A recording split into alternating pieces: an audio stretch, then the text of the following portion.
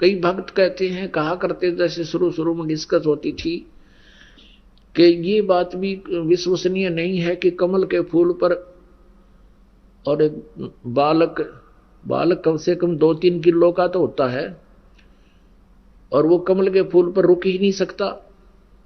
बता भाई, कहां परमात्मा के बारे में जब तक हमारे मन में ये रहती है कि ऐसा नहीं हो सकता, ऐसा नहीं हो सकता, ऐसा नहीं कर सकता भगवान, तो हम भक्त नहीं हैं।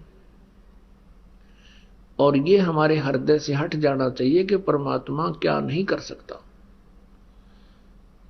एक समय ये दास जब इस क्रोथा कांड के कारण इस झूठे केस में जेल में था, वहां एक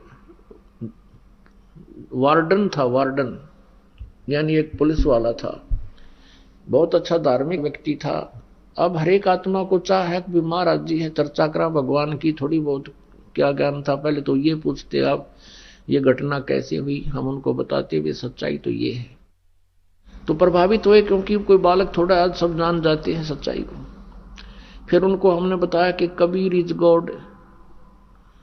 अब वो सुनते रहे।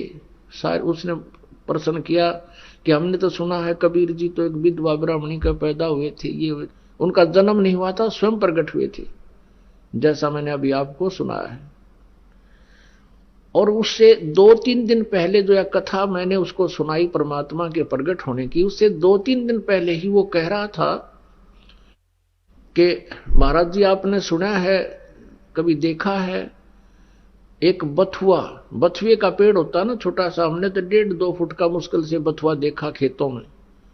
उसने बताया कि एक बथुआ हमारे ही एक मित्र पुलिस वाले के घर पे है, और वो बथुआ, वो छत थी जो उस जेल की कोठड़ी की 12-13 फुट की, कहती इससे भी ऊपर, इससे भी बड़ा है, और इतना मोटा उसका तना है, कम से कम भी 6-7 इंच का उसका डाया है, और इतना बड़ा, हर 12 मास हरा रहता है, और उसके पत्ते तोड़ तोड़ कर साग बनाते हैं। तो मैंने कहा भी बिल्कुल होगा, जब आप कह रहे हो और मेरे मित्र का बता रहे हो आज भी है तो झूठ नहीं हो सकता। लेकिन हमने तो वो छोटा सा देखा है, बस 1-1.5 फुट का बथुए का पेड़, इससे बड़ा पौधा देखा नहीं।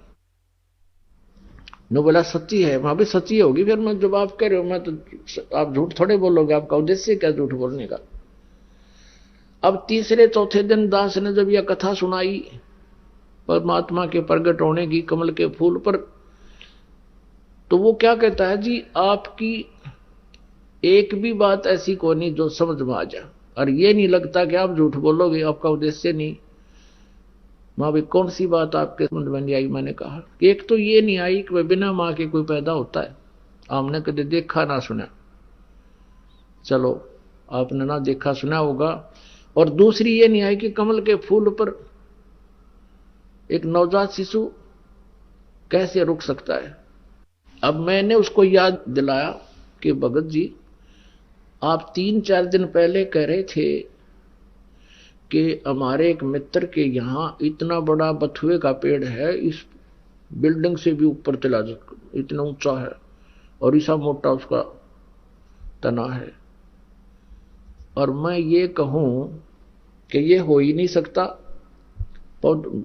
बथुआ तो इतना होता है, तो क्या आप जो कह रहे थे वो झूठ हो जाएगा। तो उसकी एकदम बुद्धि घूम गई, आपने सही कहा। मैं कहा जब बथुआ इतना बड़ा हो सके और इतना मोटा हो सकता है इतना, तो कम परमात्मा ने कमल के फूल को टोकरे जोड़ बना दे, वो कोई बात हुई या बड़ा हास्या हो। फिर मानना तो नहीं, फिर हास्या ठीक, कहा की बात तो आपकी सही है। कभी बाहर आऊंगा, जब आप बाहर जालोगे, जब नाम लूंगा, वो तो नाम तो भगवान की दया होगी, उसी को प्राप्त होता है, लेकिन उसकी संतुष्टि सही होगी कि परमात्मा कुछ भी कर सकता है। क्या वहां कमल का फूल नहीं इतना बड़ा हो सकता, जिस पर आदमी बैठ जाए तो बिना झुके। तो आप ऐसा मोटा बथुआ बताने लग रहे, उस पर बालक झूले जिस पर आप बता रहे हो, और जो बथुए का आम साइज होता है उस पर काग नहीं बैठ सकता।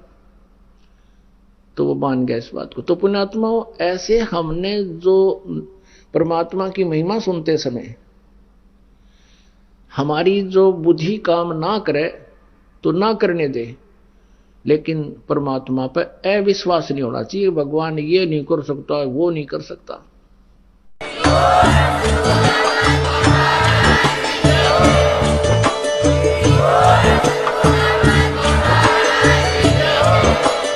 आप सुन रहे थे जगत गुरु तत्वदर्शी संत रामपाल जी महाराज जी के मंगल प्रवचन। अधिक जानकारी के लिए विजिट कीजिए हमारी वेबसाइट www.jagatgururampalji.org। संत रामपाल जी महाराज जी के शुभ आशीर्वाद से पूरे विश्व भर में 500 से भी ज्यादा नाम दीक्षा केंद्र हैं, जिन पर संत रामपाल जी महाराज जी द्वारा ऑनलाइन निशुल्क नाम दीक्षा दी जा रही है। अपने नजदीकी नाम दीक्षा केंद्र का पता करने के लिए संपर्क करें 8222880541।